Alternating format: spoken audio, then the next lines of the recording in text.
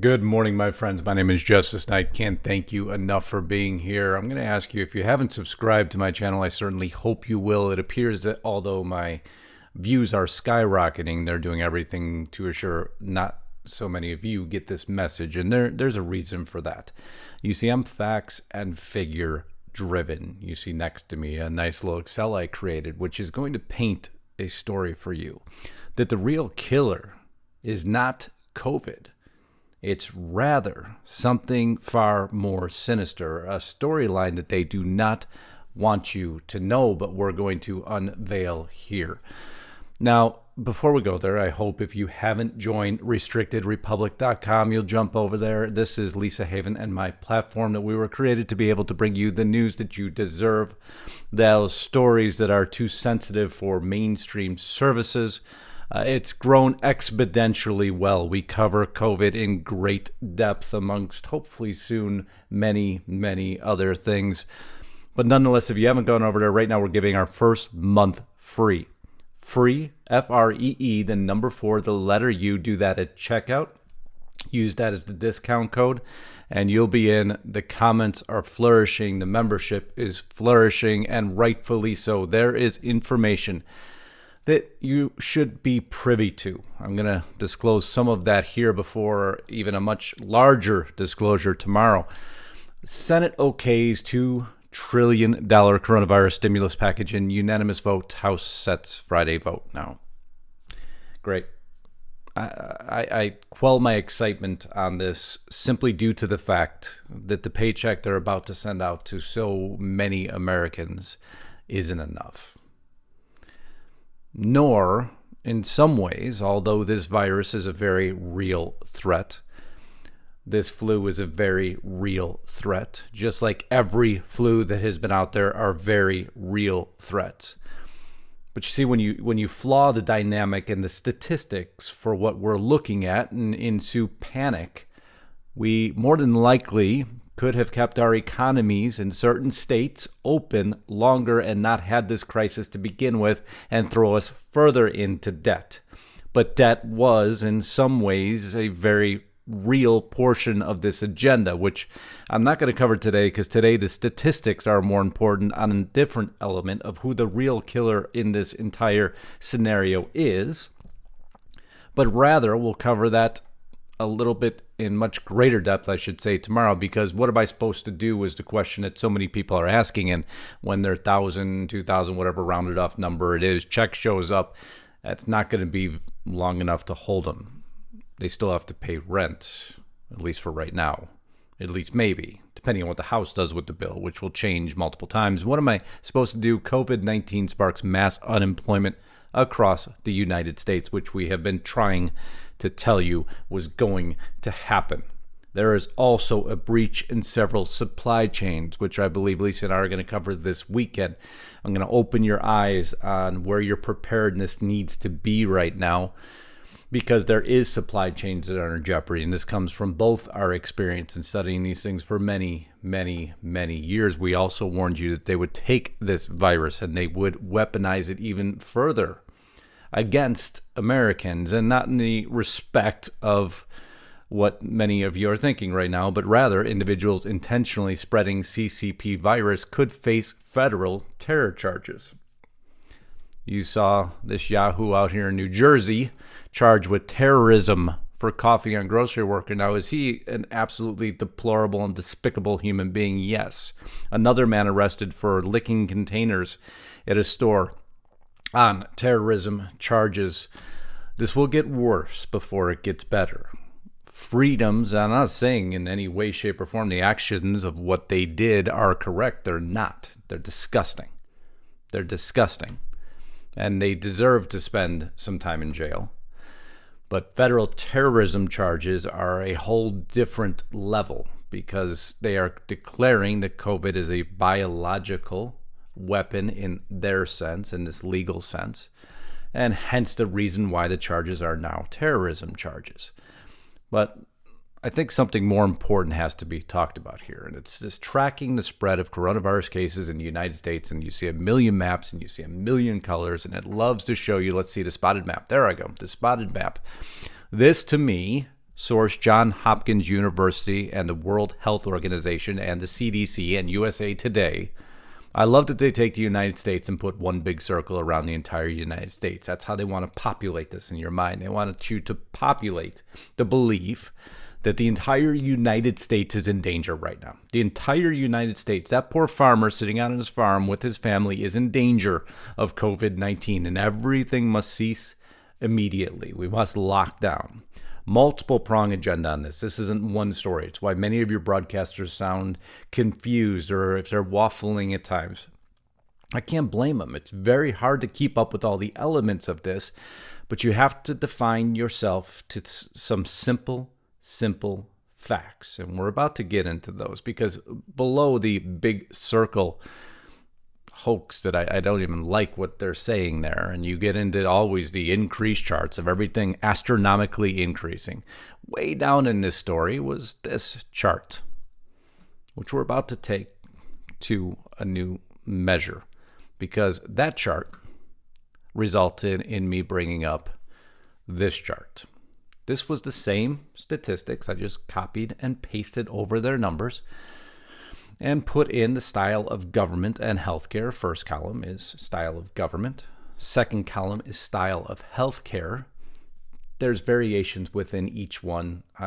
You could sit here all day and bicker about it, but this is the major driving forces. China being a communist system, Italy being a socialized system, by the way, ranked number 2 by the World Health Organization. U.S. is privatized, Spain socialized, Germany uses both, Iran technically uses both, but the majority of the citizens use the socialized portion. France ranked number 1 by the World Health Organization because they love socialized medicine at the WHO. Number 1, socialized. Switzerland privatized, South Korea privatized, United Kingdom pretty much for the most part socialized with minor exceptions. Now you see the amount of total cases, you see the amount of recoveries, and the amount of deaths, and then the corresponding percentages, which America, when Biden saw it, and probably moved about their day, but in actuality what they needed to see was right in front of them, because we're just going to take this and we're going to sort these by columns, and we're going to sort them by the percentage of deaths and how that percentage stacks up. So now we're going to go ahead and rank this by worst cases to best case scenario. And you'll see up on top that all the socialized systems immediately rose to the top of the chart. It's why we fight so hard here against socialized medicine, the likes of Bernie Sanders and many before him that have proposed it, because it is now becoming readily apparent that in systems that have instilled the socialized medicine system, they're actually the real killer behind COVID. COVID is dangerous. COVID does kill. COVID, like other flus, devastational. However, when you don't have a system that can keep up with it based on socialized decision making, you see here, Italy, huge percentage of deaths. 74,000 cases right now, 7,503 deaths. That's a 10% mortality rate. If you go down to the very bottom, shockingly, Germany's there, who has both systems employed, at 0.55%. The United States is at 1.43%, Switzerland 1.4%, and South Korea ultimately 1.4% also. You see the privatized systems are virtually identical in their death rate, but the U.S. just started testing, so we're actually going to have a lower percentage than that, probably one of the lowest by the time it's all over, because our healthcare system, although woefully flawed in many ways, not perfect in many ways, but privatized, is holding up against the virus. Those that were socialized, especially those ranked number 1 and number 2, had atrocious death rates. France at 5%, Spain 7%, Iran 7%, Italy 10%. The UK getting right up into the 5% range, again, socialized. Communist, I can't even include China because we don't know what data is accurate or what is not accurate. I'm sure that number is much worse because they don't want people to see that their healthcare system doesn't work. But this is the statistics that nobody wants you to see. They don't want you to see facts because they want you in panic. They want you in fear. They want you running around, going crazy, stealing all the food supply, hoarding everything.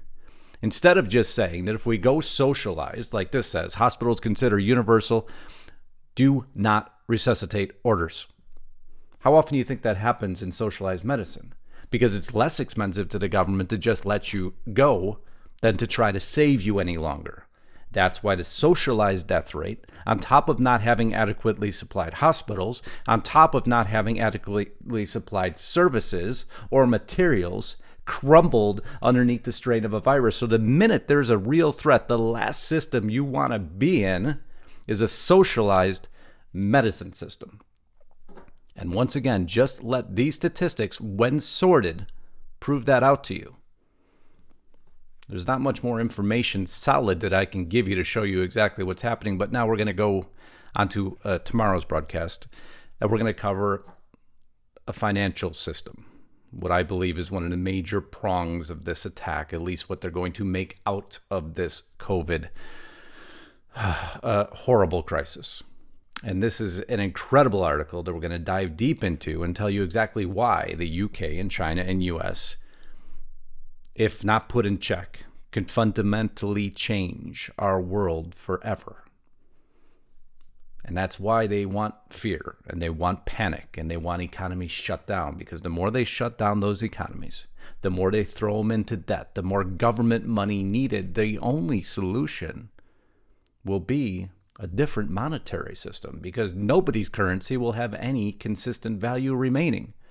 That's why you see the date that they keep trying to extend and Trump keeps trying to pull back. But some of the American people are saying, no, you have no idea what you're doing. Don't open it back up. Let us stay under lockdown. And many of us are saying, if you're not subject to huge percentages of infection, we have to reopen, especially in certain locales, because we can't be served into a new monetary system. We cannot be served into debt. And yes, every life is important. That's not the element of the argument. That's a great talking point for headlines, because the G20 is coming up, and that would be the perfect place to realign everything. And terrifies me. And we will go into greater depth because you need to understand the elements behind this. But for today, you need to understand this chart and why socialism is the real killer and not COVID. Both are deadly, but one accelerates the death beyond any measure. If you haven't, once again, joined us over at Restricted Republic, we certainly hope you will. First month for free on us, free for you, FREE, the number 4, the letter U, restrictedrepublic.com. Enjoy that on Lisa and I as we all work through this. And make sure, if you haven't subscribed to me here on YouTube, I certainly hope you will. I know this is appears to be information that nobody wants to give anybody because it doesn't rise fear. It's actually meant to moderate based on information and facts, the reality of the situation we face, and reality that I'll always give you here. I try not to fall into hypersensualization, just not worth it and not productive to you or to anybody. So once again, Godspeed and God bless. Say a special prayer for everybody who is impacted by this virus, who is getting ill, for every illness, for every ailment. They're all equally as important. And we need a healthcare system that can assure that all those needs are taken care of and not allow the focus on the most recent one overtake the reality that we have one of the best healthcare systems in the world in times of crisis. It's our everyday healthcare system we need to work on a little bit. Until next time, signing out.